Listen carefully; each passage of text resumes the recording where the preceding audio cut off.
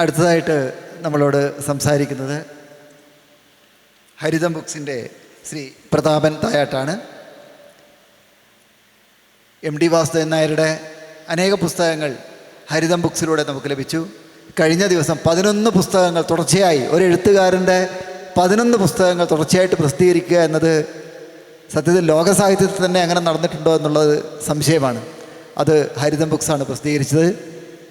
മറ്റൊന്ന് MDയുടെ കൂടിക്കാഴ്ചകൾ എന്നൊരു പുസ്തകം. MDയുമായിട്ട് പ്രധാനപ്പെട്ട സാഹിത്യകാരന്മാർ നടത്തിയ അഭിമുഖ സംഭാഷണങ്ങളാണ്. അതിൽ വളരെയേറെ പ്രധാനപ്പെട്ട ആൾക്കാർ, പുനത്തിൽ കുഞ്ഞബ്ദുള്ള, ശത്രുഘ്നൻ, ജയകുമാർ, അക്ബർ കക്കട്ടിൽ തുടങ്ങി വളരെയേറെ പ്രസിദ്ധരായ ആൾക്കാർ MDയുമായി നടത്തിയ അഭിമുഖ സംഭാഷണമാണ് അതിൻ്റെ ഉള്ളടക്കം. അതിൻ്റെ മറുപടി, MDയുടെ മറുപടികൾ കൂട്ടി വായിച്ചാൽ ശരിക്ക് MDയുടെ എഴുതപ്പെടാത്ത ഒരു ആത്മകഥയായിട്ട് നമുക്ക് അനുഭവപ്പെടുന്ന പുസ്തകമാണത്. ഇവിടെ നമ്മളോട് സംസാരിക്കുന്നത് ശ്രീ പ്രതാപൻ തായാട്ടാണ്. നേരത്തെ പറഞ്ഞതുപോലെ ശ്രീ തായാട്ട് ബാലൻ്റെ പുത്രനാണ്. വർഷങ്ങളോളം ഡൽഹി ആയിരുന്നു തൻ്റെ മേഖല. അവിടെ പ്രസാധ മേഖലയിൽ ജോലി ചെയ്തു. അഭിഭാഷക വൃത്തിയും കുറച്ചു കാലം ചെയ്തു. കൂടാതെ കേരള സംസ്ഥാന സാംസ്കാരിക വകുപ്പിൻ്റെ പ്രസിദ്ധീകരണമായ ഉപദേശക സമിതി അംഗമാണ്. സാംസ്കാരിക കേരളത്തിൻ്റെ പത്രാധിപ സമിതി അംഗമാണ്. കേരള ഭാഷാ ഇൻസ്റ്റിറ്റ്യൂട്ടിൻ്റെ ഭരണസമിതി അംഗമായിട്ട് പ്രവർത്തിച്ചു.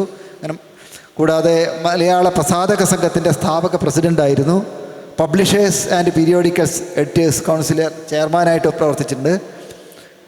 ഇപ്പോൾ ഹരിതം ബുക്സിൻ്റെ എഡിറ്ററാണ്. നോവൽ എഴുതിയിട്ടുണ്ട്, നിരൂപണം, ജീവചരിത്രം തുടങ്ങി 30ഓളം പുസ്തകങ്ങൾ രചിച്ചു. ജീവിതം പറഞ്ഞത് എന്ന നോവൽ, കൂടാതെ വിമതമർമ്മരങ്ങൾ എന്ന ആത്മകഥ, ഈ ആത്മകഥയ്ക്ക് VT പുരസ്കാരം ലഭിച്ചു. അങ്ങനെ വളരെ ബഹുമുഖ പ്രതിഭയായ ശ്രീ പ്രതാപൻ തായാട്ടിനെ ആദരപൂർവ്വം ക്ഷണിക്കുന്നു. സുഹൃത്തുക്കളെ, ആദ്യമായിട്ട് ജയേന്ദ്രേട്ടൻ പറഞ്ഞതിൽ നിന്ന് തന്നെ തുടങ്ങട്ടെ. പുസ്തകം വാങ്ങിപ്പോകുന്നുണ്ട് ധാരാളം, വിൽപ്പന ധാരാളമായിട്ട് നടക്കുന്നുണ്ട്. പക്ഷെ വാങ്ങുന്ന പുസ്തകങ്ങളൊക്കെ വായിക്കപ്പെടുന്നുണ്ടോ എന്നുള്ളൊരു ചോദ്യം വരുമ്പം MT തന്നെയാണ് വാസുവേട്ടൻ, അങ്ങനെ പറയാനേ കഴിയുള്ളൂ. വാസുവേട്ടൻ തന്നെയാണ് അതിൻ്റെ ഏറ്റവും വലിയ ഉദാഹരണമായിട്ട് മാറുന്നത്. മറ്റൊന്ന്, ഞാനിപ്പോൾ ഇങ്ങനെ ചെറിയ കുറേ കാര്യങ്ങളാണ് പറയാൻ പോകുന്നത്. മറ്റൊന്ന്, നൗഷാദ് പറഞ്ഞ പെപ്പിനുമായിട്ടുള്ള ബന്ധമാണ്. ഒരിക്കൽ MTയുടെ വീട്ടിലൊരു കല്യാണം നടക്കുന്നു. ആ കല്യാണം നടക്കുന്ന സമയത്ത് എൻ്റെ അടുത്ത് കുറച്ച് പുസ്തകങ്ങളൊക്കെ ഉണ്ട്. അപ്പം ഞാനിങ്ങനെ, വാസുവേട്ടാ ഞാനെന്ത് ചെയ്യണം? എന്നോട് പറഞ്ഞു ഒന്നും വേണ്ട. പെപ്പിൻ വന്ന് ചോദിച്ചിരുന്നു ഇന്നലെ. പെപ്പിനോട് ഞാൻ പറഞ്ഞു, പെപ്പിൻ ആവശ്യമുള്ളതെല്ലാം എഴുതി കൊടുക്കാനാണ് പെപ്പിൻ ആവശ്യപ്പെട്ടത് MTയോട്, വാസുവേട്ടനോട്. അപ്പോൾ ഞാൻ പറഞ്ഞു വേണ്ട, അതൊന്നും വേണ്ട, എനിക്ക് ഇതുവരെ ഉള്ളത് എന്ത് അത് തന്നാൽ മതി. അങ്ങേയറ്റം കുലീനമായിട്ടുള്ള അന്തസ്സുള്ള 2 പേർ തമ്മിലുള്ള ഒരു ഡീലിങ്സ് ആയിട്ട് മാറുന്നു പ്രസാധകനും എഴുത്തുകാരനും തമ്മിലുള്ള ആ ബന്ധം എന്നുള്ളത്. നൗഷാദ് പറഞ്ഞതുപോലെ ചെറുകിടക്കാരെ വല്ലാതെ കൂടെ നിർത്തിയിരുന്നു. വല്ലാതെ ചെറുകിട പ്രസാധകരാവുന്ന സമയത്ത് വളർച്ചയുടെ ആദ്യത്തെ ഘട്ടത്തിൽ നമ്മളൊക്കെ ചെയ്യാൻ പാടുള്ളതും ചെയ്യാൻ പാടില്ലാത്തതുമായ നിരവധി കാര്യങ്ങൾ അറിഞ്ഞും അറിയാതെയും ഒക്കെ ചെയ്യും, സ്വാഭാവികം. അതൊന്നും വാസുവേട്ടൻ അത്ര ഗൗരവത്തിലെടുത്തിരുന്നില്ല. വാസുവേട്ടൻ്റെ ഒരു ഗൗരവത്തിലെടുത്തില്ല എന്ന് പറഞ്ഞാൽ, വാസുവേട്ടൻ്റെ ഒരു പുസ്തകം ഞാൻ പബ്ലിഷ് ചെയ്യുന്നു, വാസുവേട്ടൻ സമ്മതിച്ചിട്ടുണ്ട്, ഞാനത് ചെയ്തു. 10 കോപ്പി ഓതേഴ്സ് കോപ്പി പോലും ഞാൻ കൊണ്ടുകൊടുത്തില്ല എന്ന് പറഞ്ഞു കഴിഞ്ഞാൽ, ഞാൻ പിന്നീട് ലൈബ്രറി കൗൺസിലിൻ്റെ എക്സിബിഷൻ വരികയും ഞങ്ങൾ അങ്ങനെ തിരക്കിലാകപ്പെടുകയും ചെയ്തു. എന്നോട് നമ്മൾ ശ്രീകുമാർ ഒരു ദിവസം വിളിച്ചിട്ട് പറയുന്നു, വാസുവേട്ടൻ ഏതോ ഒരു മീറ്റിങ്ങിൽ വെച്ചിട്ട്, വാസുവേട്ടൻ പേര് പറഞ്ഞിട്ടില്ല, ഒരു പ്രസാധകൻ ഇങ്ങനെ പറഞ്ഞു, അത് നീ ആയിരിക്കുമെന്ന് ഞാൻ വിശ്വസിക്കുന്നു. കാരണം അത് എൻ്റെ ഒരു സ്വഭാവത്തിൻ്റെ ചില പ്രത്യേകതകൾ കൂടി കൊണ്ടാണത്. ഒരു അഹങ്കാരവുമില്ലാതെ, ഒരു ധിക്കാരവുമില്ലാതെ പറയട്ടെ, അതെൻ്റെ സ്വഭാവമാണ്. പക്ഷേ എല്ലാ അഹങ്കാരത്തോടു കൂടി പറയട്ടെ, വാസുവേട്ടൻ എന്നോട് കാണിച്ച വാത്സല്യം കൂടിയായിരുന്നു ആ പേര് പറയാതെയുള്ള വാസുവേട്ടൻ്റെ പ്രതികരണം എന്ന് പറയുന്നത്. ഇങ്ങനെ പലതവണ പല തരത്തിൽ ആ വാത്സല്യം അനുഭവിച്ചിട്ടുണ്ട്. ഇപ്പം പറഞ്ഞല്ലോ, ഒരു 11 പുസ്തകങ്ങൾ ഒന്നിച്ച് വാസുവേട്ടൻ്റെത് കണ്ടിന്യൂസ് ദിവസങ്ങളിലായിട്ട് കോഴിക്കോട്. അപ്പോൾ എല്ലാ ദിവസവും അവിടെ കേരളത്തിലുള്ള എല്ലാ എഴുത്തുകാരെയും പ്രധാനപ്പെട്ട രാഷ്ട്രീയ നേതാക്കളെയൊക്കെ ഞാൻ കൊണ്ടുവരാൻ ശ്രമിച്ചിരുന്നു. അവിടെ വാസുവേട്ടൻ്റെ കാര്യത്തിൽ എല്ലാവരും വരും. അന്ന് ചീഫ് മിനിസ്റ്റർ ആയിരുന്ന ഉമ്മൻചാണ്ടിയാണത് ഉദ്ഘാടനം ചെയ്തിരുന്നത്. എനിക്ക് വളരെ എളുപ്പമായിരുന്നു അങ്ങനെ ഒരു പരിപാടി കണ്ടക്ട് ചെയ്യാൻ വേണ്ടിയിട്ട്. അങ്ങനെ അത് കണ്ടക്ട് ചെയ്തിട്ട് ഇത് കണ്ടക്ട് ചെയ്യാൻ വേണ്ടിയിട്ട് ഞാൻ മൂപ്പരോട് അത് ആദ്യമായിട്ട് ചെല്ലുന്നു. ഒന്ന് എഴുതുന്നത് പുനത്തിൽ കുഞ്ഞബ്ദുള്ള, 2 ശത്രുഘ്നൻ, 3 എ സഹദേവൻ, ഇന്ത്യ വിഷൻ്റെയൊക്കെ വളരെ മുതിർന്ന മാധ്യമപ്രവർത്തകൻ, കെ ശ്രീകുമാർ, അക്ബർ കക്കട്ടിൽ, ഇങ്ങനെ പോകുന്ന ആൾക്കാർ. അപ്പോൾ സ്വാഭാവികമായിട്ടും ഇത്രയും ആൾക്കാരുടേത് 11 പുസ്തകം ലോകത്തിൽ ഇങ്ങനെയൊന്നും സംഭവിച്ചിട്ടില്ല എന്നുള്ളത് എനിക്കുറപ്പുണ്ട്. വാസുവേട്ടനും അറിയല്ലോ. പക്ഷെ വാസുവേട്ടൻ്റെ മുഖത്ത് ഒരു എക്സ്പ്രഷനുമില്ല. നൗഷാദ് പറഞ്ഞതുപോലെ ഒരു വികാരവുമില്ല വാസുവേട്ടൻ്റെ മുഖത്ത്. എന്നിട്ട് 11ാമത് ഞാനൊരാശയം പറഞ്ഞു. അപ്പം മാത്രം വാസുവേട്ടൻ്റെ കണ്ണിൽ ഒരു ചെറുതായിട്ട്, വളരെ ലൈറ്റായിട്ട് ഒരു മുഖത്ത് ചുണ്ട് കോട്ടിയുള്ളൊരു ചിരിയില്ലേ, ചിരിച്ചില്ല. എനിക്ക് തോന്നി അങ്ങനെ ഒരു ചിരി വന്നു എന്ന്. അതെന്തായിരുന്നു എന്ന് പറഞ്ഞു കഴിഞ്ഞാൽ 26 ഭാഷകളിൽ നിന്നായിട്ട് 26 പേരെഴുതുന്നു 12ാമത്തെ പുസ്തകമായിട്ട്. നമുക്കൊക്കെ ആവേശം കൂടുതലും കാര്യങ്ങൾ ചെയ്തെടുക്കാനുള്ള റിസോഴ്സസിൻ്റെ കുറവുമാണല്ലോ. അത് നടന്നില്ല ആ പുസ്തകം. ഇപ്പോഴും ഞങ്ങൾ അതിനെക്കുറിച്ച് സജീവമായിട്ട് ആലോചിക്കുന്നു. എല്ലാ ഭാഷയിൽ നിന്നും ഒരു എഴുത്തുകാരൻ വാസുവേട്ടനെ കുറിച്ച് എഴുതുന്നു, വാസുവേട്ടൻ്റെ സാഹിത്യ ജീവിതത്തെക്കുറിച്ച്. അത് പറഞ്ഞപ്പോൾ മാത്രം 11 പുസ്തകങ്ങൾ ഒന്നിച്ച്, അതുവരെ മലയാളത്തിൽ ഇതുവരെയും 11 പുസ്തകങ്ങൾ ഒരു എഴുത്തുകാരനെ കുറിച്ച് വേറെ വന്നിട്ടില്ല. പക്ഷെ അതൊന്നും വാസുവേട്ടനെ, അതിനൊക്കെ അപ്പുറമുള്ള വല്ലാത്ത ഒരു ഋഷിതുല്യമായ നിസ്സംഗത വാസുവേട്ടനെ കാലത്തും ഉണ്ടായിരുന്നു. ഞങ്ങളൊക്കെ ഇങ്ങനെ പോകുന്ന ഘട്ടത്തിൽ കണ്ടു കഴിഞ്ഞാൽ ലോക്യം പറയാം, പറയാതിരിക്കാം. ചില സമയങ്ങളിൽ വീട്ടിൽ പോയി കഴിഞ്ഞാൽ അറിയാമല്ലോ, ഒന്ന് പറയടാ മുണ്ടുകൊടുത്തിട്ടുള്ളൊരു നിപ്പ് നേരെ വന്നിട്ട് വാതിലിൻ്റെ പുറത്ത് വന്ന് അവിടെ നിൽക്കും.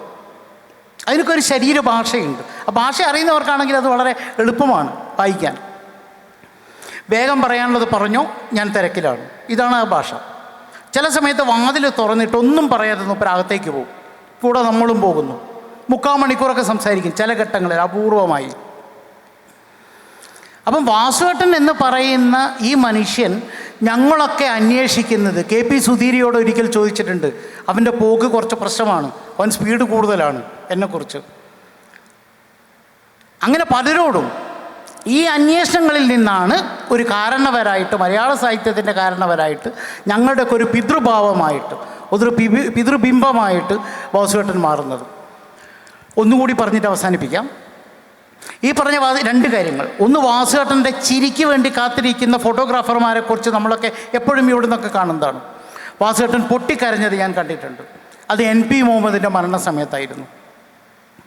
NP മുഹമ്മദ് മരിച്ച സമയത്ത് ആ മുറിയിൽ ഞാനും ഉണ്ടായിരുന്നു. അപ്പം വാസുവേട്ടൻ വരുന്നു എന്ന് പറഞ്ഞപ്പോൾ മുതൽ എനിക്കൊരു ടെൻഷൻ ഉണ്ടായിരുന്നു, വാസുവേട്ടൻ ഇതെങ്ങനെയാണ് ഇതിനെ നേരിടാൻ പോകുന്നത്. വാസുവേട്ടൻ ഇങ്ങനെ കീറില്ലേ, മുള കീറുന്നത് പോലെയുള്ള ഒരു കരച്ചിലായിരുന്നു.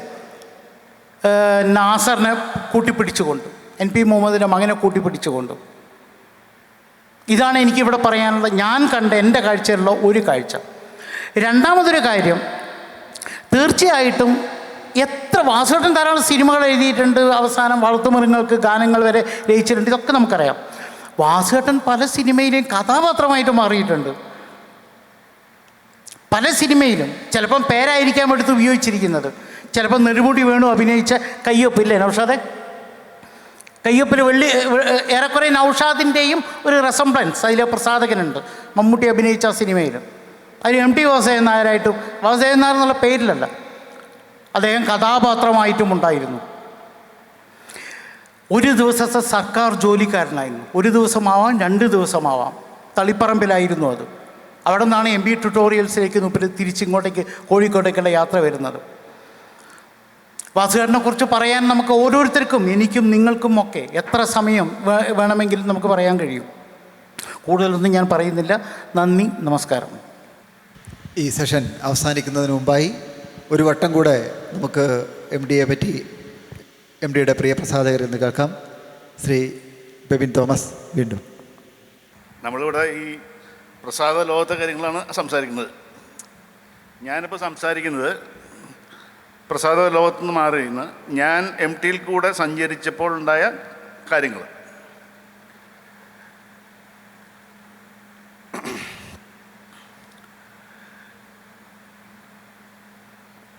ഞങ്ങൾ 2 പേരും കൂടി അയർലൻഡിൽ പോയി. അങ്ങനെ അയർലൻഡിൽ ആകെ ഒരു പ്രോഗ്രാമുള്ളൂ. പക്ഷേ ഞങ്ങളൊരു 10-14 ദിവസം അവിടെ ഉണ്ട്. അപ്പോൾ ഞങ്ങൾ ആദ്യമേ തന്നെ ഈ സംഘാടകരോട് പറഞ്ഞിരുന്നു, ഞങ്ങൾക്ക് അവിടുത്തെ യൂണിവേഴ്സിറ്റികൾ, അവിടുത്തെ പഴയ എഴുത്തുകാരുടെ വീടുകൾ, അവരായിട്ടുള്ള ബന്ധപ്പെട്ട ലൈബ്രറികൾ, ഇതൊക്കെ കാണാനുള്ള സൗകര്യം അവിടുത്തെ അങ്ങനെയുള്ള ഒരുപാട് ആൾക്കാരുടെ കാര്യങ്ങൾ ഞങ്ങൾ അവരെ വിളിച്ചറിയിച്ചിരുന്നു. അല്ലെങ്കിൽ ഒരു യാത്ര എന്ന് പറയുമ്പോൾ, പ്രത്യേകിച്ച് കേരളത്തിൽ നിന്ന് പുറത്ത് പോകുമ്പോൾ, അദ്ദേഹം ആരെയും ക്ഷണിക്കുന്ന സംഘാടകരോട് പറയാം, എൻ്റെ കൂടെ എൻ്റെ ഒരു കമ്പാനിയനുണ്ട്.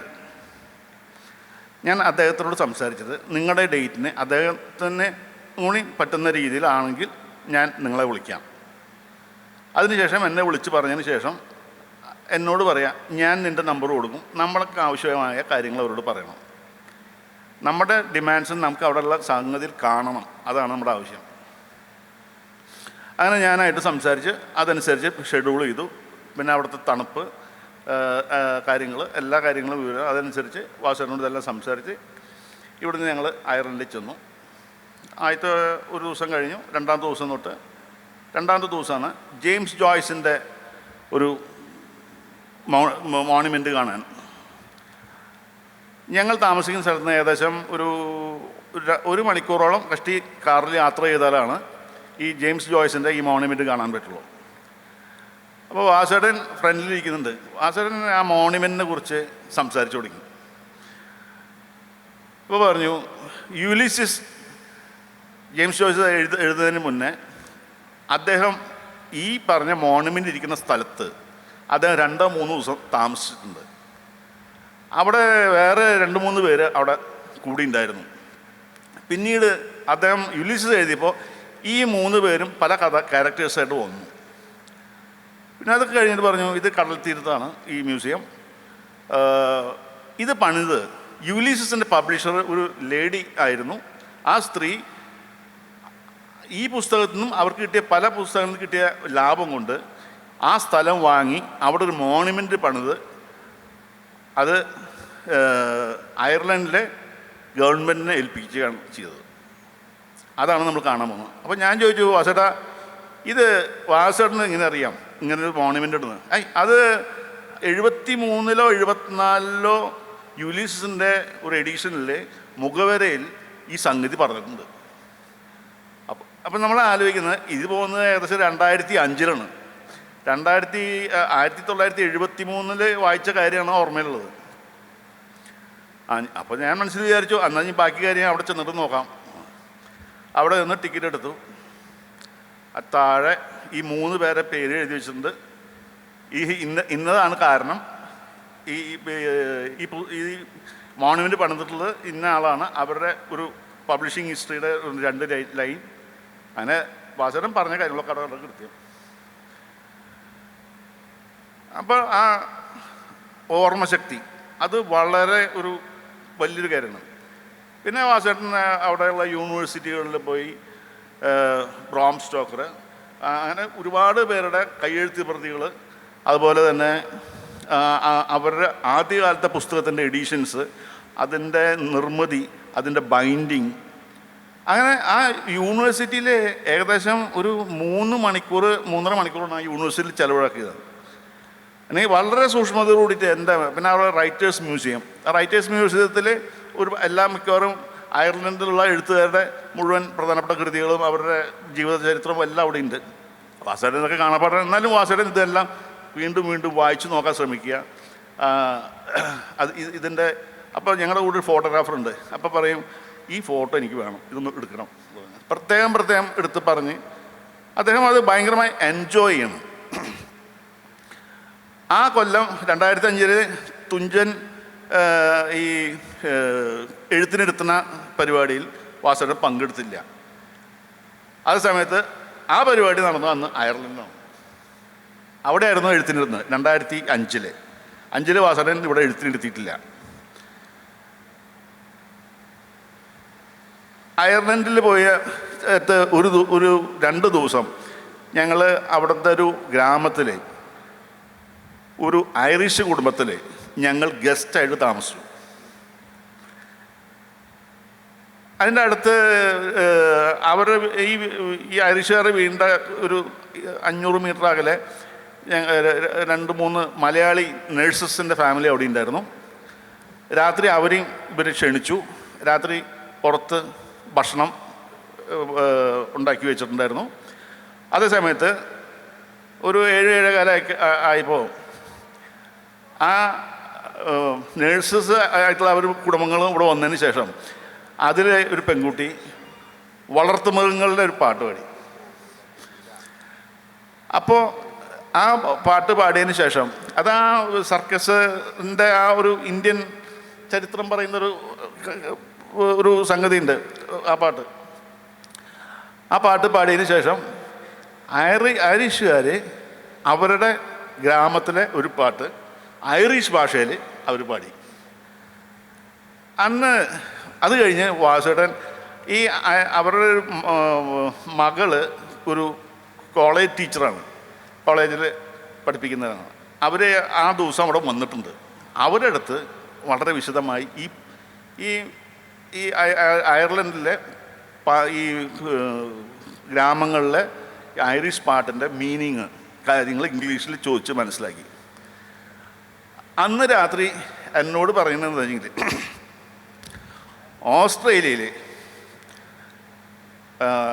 ഇപ്പോൾ ഓസ്ട്രേലിയ ഭരിക്കുന്നത് പഴയ ഇംഗ്ലീഷുകാരും അവരൊക്കെയാണ്. പക്ഷെ അവിടുത്തെ ഗോത്രവർഗ്ഗക്കാർ ഈ ഗോത്രവർഗ്ഗക്കാർ ഇവരോട് ഇപ്പോഴും ചേർന്നിട്ടില്ല.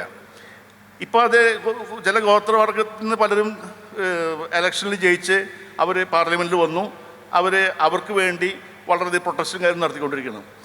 അപ്പോൾ MT പറയുന്നതെന്ന് വെച്ചെങ്കിൽ ഈ ഗോത്രവർഗ്ഗക്കാരെ കുട്ടികളെ ഈ ഇംഗ്ലീഷുകാർ തട്ടിക്കൊണ്ടുവന്ന് അവരുടെ കമ്മ്യൂണിറ്റിയിൽ നിർത്തി പഠിപ്പിക്കുകയും കാര്യങ്ങളൊക്കെ ചെയ്ത് ഒരു ഘട്ടത്തിലെത്തിയപ്പോൾ ആ കുട്ടികൾ അവരുടെ അച്ഛനമ്മമാരെയും അവരുടെ ഗോത്രത്തലവന്മാരെയും മറ്റുള്ള കാര്യങ്ങളും ആയിട്ട് ഒരുപാട് സംഘർഷങ്ങൾ നടക്കുന്നുണ്ട്. അപ്പോൾ വാസുദേവനോട് ഞാൻ ചോദിച്ചു, വാസുദേവൻ ഇതൊക്കെ ഞാനിതെല്ലാം വായിച്ചുകൊണ്ടിരിക്കില്ലേ, എനിക്കിത് പിന്നെ എന്നെ കാണാൻ വരെ കയ്യിൽ നിന്ന് കിട്ടുന്ന വിവരങ്ങൾ അങ്ങനെയുള്ള എല്ലാ കാര്യങ്ങളും ഞാൻ എൻ്റെ മനസ്സിലുണ്ട്. അങ്ങനെ ഈ വാസുദേവനെ ഈ പറഞ്ഞ പോലെ ഈ ദുഃഖങ്ങൾ കാണുമ്പോൾ അത് പ്രത്യേക താല്പര്യത്തിൽ അത് കേൾക്കാനും പഠിക്കുവാനും അതിനോടൊപ്പം തന്നെ ഇതിനോടൊപ്പം വായിക്കുന്ന വേറെ വല്ല കാര്യങ്ങളുണ്ടെങ്കിൽ അതും കിട്ടാവുന്ന സംഗതികളൊക്കെ മനസ്സിനുള്ളിൽ കയറ്റി വയ്ക്കും. അത് ഒരു സ്ഥിരമായിട്ടൊരു പരിപാടിയാണ്. നമുക്കറിയില്ല ഈ അയർലൻഡിൽ ഇരിക്കുമ്പോഴാണ് ഓസ്ട്രേലിയയിലെ കാര്യങ്ങൾ അതിനെ ക്ലബ് ചെയ്യുന്നത്. അതേപോലെ തന്നെ ഈ സിനിമ അദ്ദേഹത്തിന് സത്യത്തിൽ ഈ പറഞ്ഞ പോലെ ഒരു വലിയൊരു അധികം വലിയ താല്പര്യങ്ങളൊന്നുമില്ല, അതുകൊണ്ട് വലിയ മോഹങ്ങളോ ഒന്നുമില്ല. പക്ഷേ സിനിമ എന്ന് പറയുമ്പോൾ അദ്ദേഹത്തിന് ഒരു മനസ്സിൽ ഒരു സിനിമ എങ്ങനെയായിരിക്കണം, അതിൻ്റെ ക്യാരക്ടേഴ്സിനെ പ്ലേസ് ചെയ്യാൻ, അതൊക്കെ അദ്ദേഹം സിനിമ എഴുതുന്നതിന് മുന്നേ അല്ലെങ്കിൽ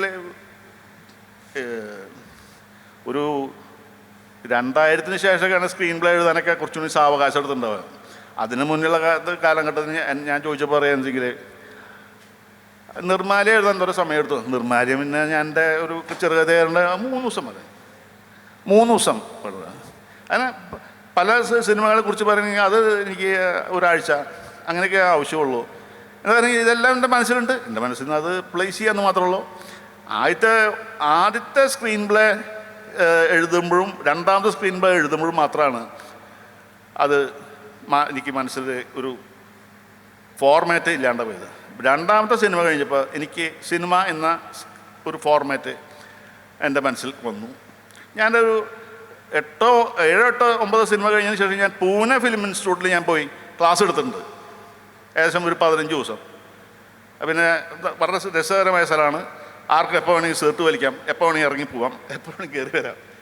പൂനെ ഫിലിം ഇൻസ്റ്റിറ്റ്യൂട്ടിനെ കുറിച്ച് പറഞ്ഞു തന്നു. അന്ന് കാലത്ത് വളരെ പ്രസിദ്ധരായ പലരും അന്ന് കാലത്ത് അവിടെ ഉണ്ടായിരുന്നു.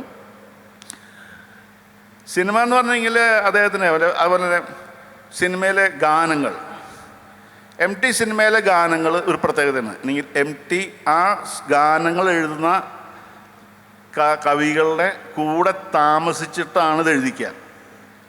അത് ഓരോ ഘട്ടങ്ങളിലും അദ്ദേഹം അതിൻ്റെ മാറ്റേണ്ട കാര്യങ്ങൾ മുഴുവൻ പറഞ്ഞതിന് ശേഷമാണ് അദ്ദേഹം ഇത് ഫൈനലാക്കുള്ളൂ. ഈ എഴുത്തുകാരുള്ള സമയത്ത് തന്നെയാണ് മ്യൂസിക് ഡയറക്ടർ കൊണ്ടുവരുന്നത്. ആ മ്യൂസിക് ഡയറക്ടറെ കൊണ്ട് എന്തെങ്കിലും വാക്കുകൾ മാറ്റണമെന്നുണ്ടെങ്കിൽ അവരവിടെ താമസിപ്പിച്ചിട്ട് തന്നെ ചെയ്യാറ്. അങ്ങനെ ഒരു 1 ലൈൻ ഫോർമാറ്റ് കഴിയാണ്ട് ഈ എഴുത്തുകാരന് പോകാൻ പറ്റില്ല. അപ്പോൾ ജയകുമാർ സാറ് പ്രസംഗിച്ച് പറഞ്ഞിട്ടുണ്ട്, ഞാൻ എഴുതിയ ഒരു സിനിമയിലെ പാട്ടിനെ 23 പ്രാവശ്യം എന്നെ കൊണ്ട് മാറ്റി എഴുതിപ്പിച്ചു. അപ്പോൾ തൊട്ടപ്പുറത്തെ മുറിയിലെ ONV കുറിപ്പാണ്. അപ്പോൾ ഞാൻ വാസേട്ടനെ ചോദിച്ചു, ജയകുമാർ സാറിന് ഇത് ചോദിക്കാനുള്ള ധൈര്യമില്ല വാസേട്ടൻ്റെ അടുത്ത്. അപ്പോൾ വാസേട്ടൻ ഞാൻ ചോദിച്ചു, ONV സാറിനെ എത്ര പ്രാവശ്യം മാറ്റി എഴുതിപ്പിച്ചിട്ടുണ്ടെന്ന്. ആവശ്യം വന്നാൽ ആരെ കൊണ്ടായാലും മാറ്റി എഴുതിപ്പിക്കും. അത് ആരാണോ എന്നുള്ള എൻ്റെ ആവശ്യം ഇതല്ല, പക്ഷേ മാറ്റേണ്ട കാര്യം മാറ്റിയിട്ട് എൻ്റെ സിനിമയിൽ വരുള്ളൂ. അത് ഒരു ഉറപ്പ് പറഞ്ഞു. എത്ര പ്രാവശ്യം എഴുതിയെന്ന് പറഞ്ഞിരിക്കുന്നു, വളരെ കൃത്യമായിട്ട് മാറ്റേണ്ട കാര്യം മാറ്റിയിട്ട് ഞാൻ അത് വരുള്ളൂ. ഓക്കെ. അപ്പോൾ അത്യാവശ്യമായിട്ടൊരു കാര്യം പെപ്പിൻ ചെയ്യണം. യാത്രകൾ എൻ്റെയും MTയുടെയും എന്ന പേരിൽ ഇപ്പം ഈ പറഞ്ഞ സാധനങ്ങളൊക്കെ ഒന്ന് വലുതാക്കി ഒരു പുസ്തകം പ്രസിദ്ധീകരിക്കണം. ഹരിതത്തിന് തരുമോ പെപ്പിൻ തന്നെ അടിക്കുമോ എന്നുള്ളത് എനിക്കറിയില്ല. എന്തായാലും വളരെ അത്യാവശ്യമായിട്ട് അത് ചെയ്യണം. ഈ പെപ്പിൻ തോമസിൻ്റെ അവിടെ ഒരു ബുക്ക് സ്റ്റോൾ തുടങ്ങിയിരുന്നു എറണാകുളം പ്രസ് ക്ലബ് റോട്ടിൽ. അന്ന് ഈ പുസ്തകത്തിൻ്റെ ഉദ്ഘാടനം MT വാസുദേവൻ നായരായിരുന്നു. എനിക്കിപ്പോഴും ഓർമ്മയുണ്ട്, ഒരു ചെറിയ സ്റ്റൂളിൽ MT വാസുദേവൻ നായർ സാധാരണ ആ വഴിയുടെ അരികിൽ തന്നെയാണ് ആ കട. പെപ്പിൻ്റെ പുസ്തകക്കട ഉദ്ഘാടനം ചെയ്യാൻ കാത്തിരുന്ന സാധനം ഞാനിങ്ങനെ പെപ്പിനിത് പറഞ്ഞുകൊണ്ടിരിക്കുമ്പോൾ എൻ്റെ മനസ്സിലേക്ക് വന്നത് ഒരു ചിത്രം അതാണ്. അന്ന് KL മോഹനവർമ്മയായിരുന്നു കൂടെ ഉണ്ടായിരുന്ന ഒരാൾ. പിന്നെ എനിക്ക് തോന്നുന്നത് ഏറ്റവും ബുദ്ധിപരമായി അനാവശ്യമായ ഒരു വിവാദങ്ങളിലും, കഴിഞ്ഞ പ്രാവശ്യം DC ബുക്സിൻ്റെ മറ്റേ KLFുമായി ബന്ധപ്പെട്ട ഒരു വിവാദം അദ്ദേഹം വളരെ പണ്ട് എഴുതിയത് പെപ്പിന് എനിക്ക് അയച്ചു ചെയ്തിരുന്നു. ഒരു വിവാദം അവിടെ ഉണ്ടായി, ആരോ വായിക്കുന്നു എന്നല്ലാതെ പൊതുവെ വിവാദങ്ങളിലൊന്നും പെടാതെ ആ വിവാദങ്ങളിൽ നിന്നെല്ലാം വളരെ സൗകര്യപൂർവം മാറി നിൽക്കുന്ന ഒരാളാണ്. അതിൻ്റെ ഒരു ഉദാഹരണമാണ്, ഈ ആൻ്റണി ഉള്ള സമയത്താണ് MTA സാഹിത്യ അക്കാദമിയുടെ പ്രസിഡൻറ്റും KL മോഹനവർമ്മയെ സെക്രട്ടറിയുമാക്കുന്നത്. പിന്നീട് നായനാർ സർക്കാർ തുടർന്നു വന്നപ്പോൾ MTയും മോഹനവർമ്മയും തുടരട്ടെ എന്ന് സർക്കാർ തീരുമാനിച്ചു. അങ്ങനെ എറണാകുളത്ത് കൂത്താട്ടുകുളത്തോ മറ്റോ ഒരു സമയത്ത് സാഹിത്യ അക്കാദമി സെക്രട്ടറി ആയിട്ടുള്ള മോഹനവർമ്മ TK രാമകൃഷ്ണൻ എന്ന സാംസ്കാരിക വകുപ്പ് മന്ത്രിക്കെതിരായിട്ട് ഒരു സ്റ്റേറ്റ്മെൻ്റ് ഇറക്കി, അദ്ദേഹത്തെ ഒന്ന് അപഹസിക്കുന്ന രീതിയിൽ. ഉടനെ തന്നെ സർക്കാരിൽ നിന്ന് ഇൻഡാസ് വന്നു. അങ്ങനെ സാംസ്കാരിക വകുപ്പ് മന്ത്രിയെ അപഹസിക്കുന്ന ഒരു സെക്രട്ടറി ഞങ്ങൾക്ക് വേണ്ട. അപ്പോൾ മോഹനവർമ്മ വിചാരിച്ചത് എന്താ വെച്ചിട്ടുണ്ടെങ്കിൽ, ഞാൻ രാജിവെച്ച് കഴിഞ്ഞാൽ അവിടെ കഴിഞ്ഞുല്ലോ എന്നുള്ളതാണ്. മോഹനവർമ്മ ഇമ്മീഡിയറ്റായിട്ട് സാഹിത്യ അക്കാദമിയുടെ സെക്രട്ടറി സ്ഥാനം രാജിവെച്ചു. അതിൻ്റെ കൂട്ടത്തിൽ മാധവിക്കുട്ടിയും രാജിവെച്ചു. അവരതിന് കമ്മിറ്റി മെമ്പറായിരുന്നു. വാസുവേട്ടനോട് ഇത് സംസാരിച്ചപ്പോൾ വാസുവേട്ടൻ പറഞ്ഞു അതിൻ്റെ ആവശ്യമില്ല, കാരണം ഞാനങ്ങനെ ഒരു വിവാദത്തിൽ പോയി സാഹിത്യ അക്കാദമിയുടെ പ്രസിഡന്റ് സ്ഥാനം രാജിവെക്കാൻ തയ്യാറല്ല. രാത്രിക്ക് രാത്രി മോഹനവർമ്മ രാജിവെച്ചതിൻ്റെ ഉടനെ തന്നെ എരുമേലി പരമേശ്വരൻ പിള്ള സെക്രട്ടറി ആക്കി അക്കാദമി മുന്നോട്ട് പോയി. അപ്പോൾ അങ്ങനെ ആവശ്യമില്ലാതെ ഇന്നത്തെ കാലത്ത് വലിയൊരു കാര്യമാണ്, ഈ ചാനലുകാർ മൈക്കുമായി ചെല്ലുമ്പോൾ വാസുവേട്ടൻ അങ്ങനെ ചിരിക്കുകയും ആളുകളെ അങ്ങനെ പ്രോത്സാഹിപ്പിക്കുകയോ ഒന്നും ചെയ്യാത്തതൊരു വലിയൊരു കാര്യമാണ് ഇന്നത്തെ കാലത്ത്. അല്ലെങ്കിൽ നമ്മുടെ ചാനലുകാർ മുഴുവൻ മൈക്കുമായിട്ട് വാസുവേട്ടൻ്റെ മുമ്പിൽ നിന്ന് ആവശ്യമില്ലാത്ത വിവാദമൊക്കെ ഉണ്ടാക്കും. അതുകൊണ്ട് എത്രയോ കാലം മുമ്പ് ഇങ്ങനൊരു കാലം വരുമെന്ന് മുൻകൂർ കരുതിയിട്ടായിരിക്കാം ഒരു പക്ഷേ അങ്ങേര് അത്തരം പ്രതികരണങ്ങൾക്കൊന്നും പോകാഞ്ഞതെന്ന് എനിക്ക് തോന്നുന്നു. മുരളിച്ചേട്ടനാണ് ആയിരിക്കണേ. അത് കൊച്ചിയിൽ നിന്ന് വന്ന ഒരാളാണ്. എനിക്ക് ഇവിടുത്തെ ലൈറ്റ് കാരണം മുരളിച്ചേട്ടനെ കാണാനില്ല. അദ്ദേഹം സൗജന്യമായി ആളുകൾക്ക് ലൈബ്രറി നടത്തുന്ന ഒരാളല്ലോ വടുതല എന്നുള്ള സ്ഥലത്ത്. മുരളിച്ചേട്ടനെ ഇങ്ങനെ കണ്ട് ഞാൻ കയറി വരുമ്പോൾ കണ്ട്. അപ്പോൾ മുരളിച്ചേട്ടൻ ആശംസകൾ. Thank you.